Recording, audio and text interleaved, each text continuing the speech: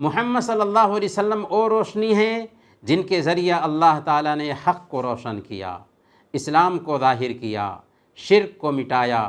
گویا آپ وہ نور ہیں جن سے روشنی حاصل کی جاتی ہے۔ اللہ نے فرمایا سورہ الاحزاب آیت نمبر 45 اور 46، یا ایھا النبی انا ارسلناک شاہدا ومبشرا ونذیرا وداعیا الی اللہ باذنہ وسراجا منیرا۔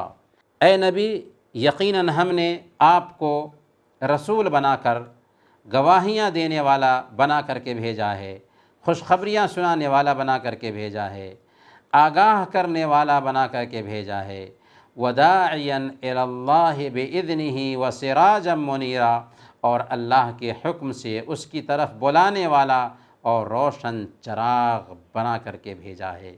گویا کہ اللہ کے نبی صلی اللہ علیہ وسلم نور تھے، اللہ کے نبی صلی اللہ علیہ وسلم روشن چراغ تھے جن سے ہدایت حاصل کی جاتی ہے۔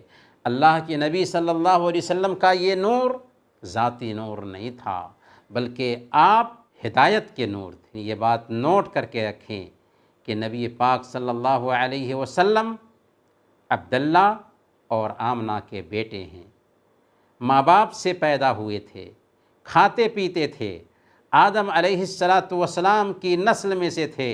اس لیے اللہ تعالیٰ نے فرمایا سورہ کہف آیت نمبر 110، قل انما انا بشر مثلکم، آپ کہہ دیجئے کہ لوگو میں تمہاری ہی جیسا ایک انسان ہوں، بشر ہوں۔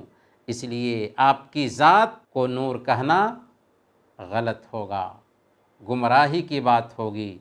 اللہ کے نبی صلی اللہ علیہ وسلم کی ذات نور نہیں تھی، بلکہ آپ ہدایت کی روشنی تھے، ہدایت کے اعتبار سے نور تھے۔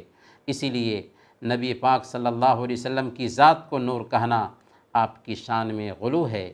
اور آپ نے فرمایا لا تطرونی کما اطرت النصارى ابن مریم فانما انا عبد فقولوا عبد اللہ ورسولہ، میری شان میں غلو نہ کرنا جیسا کہ عیسائیوں نے عیسیٰ علیہ السلام کی شان میں غلو کیا۔ میں اللہ کا بندہ ہوں، اس لیے مجھے اللہ کا بندہ اور اس کا رسول کہنا۔ صرف فرشتے نور سے پیدا کیے گئے ہیں، حضرت آدم علیہ السلام کی نسل سے کوئی بھی نور سے پیدا نہیں ہوا، اور پیارے نبی صلی اللہ علیہ وسلم حضرت آدم علیہ السلام کی نسل سے ہیں، ابراہیم علیہ السلام کی اولاد میں سے ہیں۔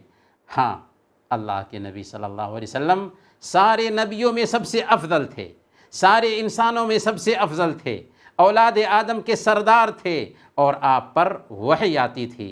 گویا کہ آپ نور تھے، ہدایت کے نور تھے، ہدایت کے چراغ تھے، لیکن ذات انسان کی تھی۔